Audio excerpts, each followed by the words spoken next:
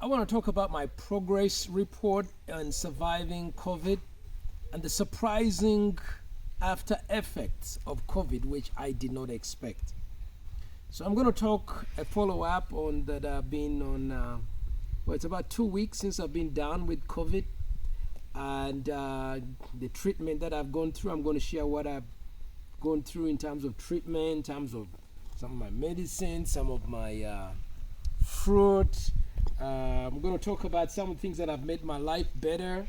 My water bottle, it makes me warm when I feel chilly.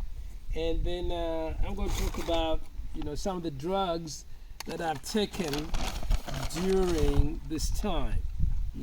Quite a bit of drugs that I've had to take. As a matter of fact, these are actually for my wife, because she got sick also, and I had to take her to see the doctor, and she had to give her a new set of drugs. So anyway, it was towards the end of Christmas, about 29th December, that I came down suddenly with a virus. I was okay, and then the next moment I wasn't okay. I was just there talking to my wife. It was evening, about maybe 9 o'clock. I say, Tracy and the girls, we're going to go pray, and you guys prepare yourself for prayer. So I give them a notice, and then and I'm like, in 10 minutes we're going to pray. So then I came back. And I'm like, forget the prayer.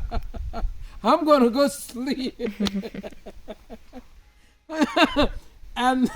And the window was just like, I think about 10 minutes from when I'm like, let's plan on this, and to the point where I said, look, I'm having too much. I was having chills.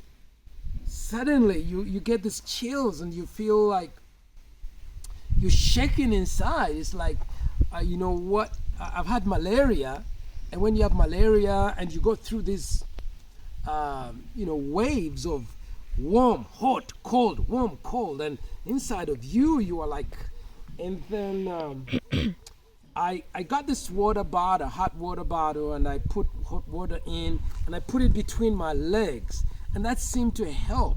But I wanted 10 water bottles. I wanted one between my legs. I wanted one between my feet. I wanted one between my legs. I want one on my back. I wanted like 10 water bottles. Okay, some of you are thinking, my wife probably says, Sumba, you are not being very strong now. Okay. But that first night was just horrible. Horrible.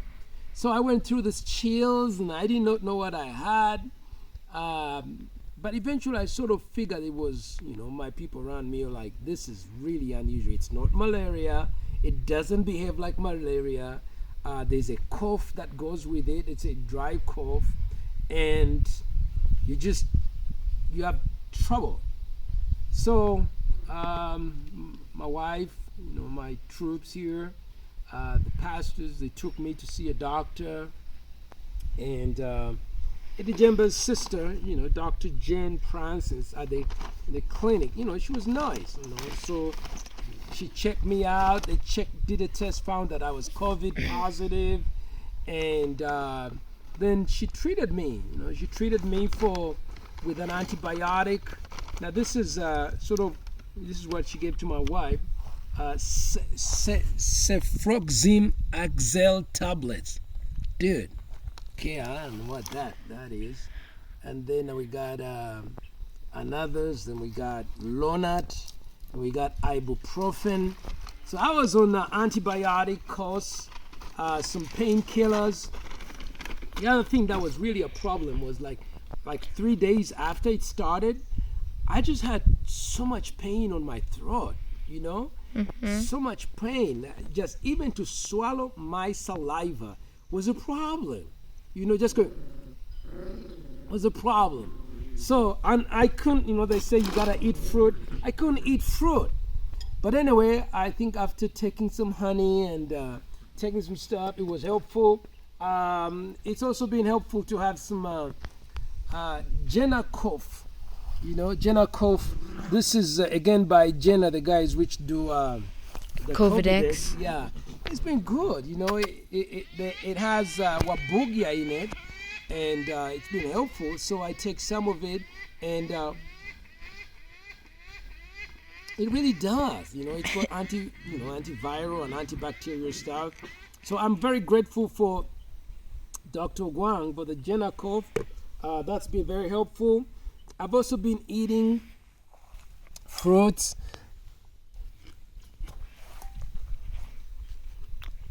I can't talk while I'm eating. So that's been My journey. has been helpful. In the morning, I take a walk. My daughter, who's also, I gave my daughter who is recording the video, Ariel, she also came down. So I had impact on the rest of my family. So my daughter, Ariel, she came down, and you've been nice. You've been nice. You've no complain. Other people will be looking like, Dad, how did you give me that? Come on, you're the rock coffee. But you've been good, Ariel. It's nice. Thank you. Then Abigail, she didn't come down. It's unfair. So you're like, okay, then now my wife also, who has been treating me, taking care of me, and I had to sleep, decided that I would sleep in my office. So I would try to save my wife, but all the same, she seemed to have gotten it yesterday. I think that's 2 weeks later. Mm-hmm. Yeah, then Tracy came down. Because it started on the 4th. Yeah, so then Tracy came down. So anyway, the whole of January, man, it's about 18th now. I look on it as a season of upgrading my inoculation, Immunity, yeah, against COVID. But I just want to say the last thing that I was surprised that I think we are learning, because it's a new thing, even this Omicron. Plus, I'm glad that I'm not dead, okay? Because my friend Bishop Senfuma, President John Magufuli, the president of Burundi, there's been so many others who have, they got sick and died. So when I compare my problems, I'm okay. So please do not misunderstand me. I'm glad that I'm alive. But two, one of the things that, I thought that, you get sick and then it's over, You get if it's 1 week or 2 weeks, it's go. But what I found is that you're tired, a short walk, you catch your breath, you still feel chills, there's a lot of issues, appetite, you don't taste very well, so you find yourself exhausted, you find yourself exhausted. Small things that normally wouldn't take your strength, they drain you. But there's a you continue with each passing day.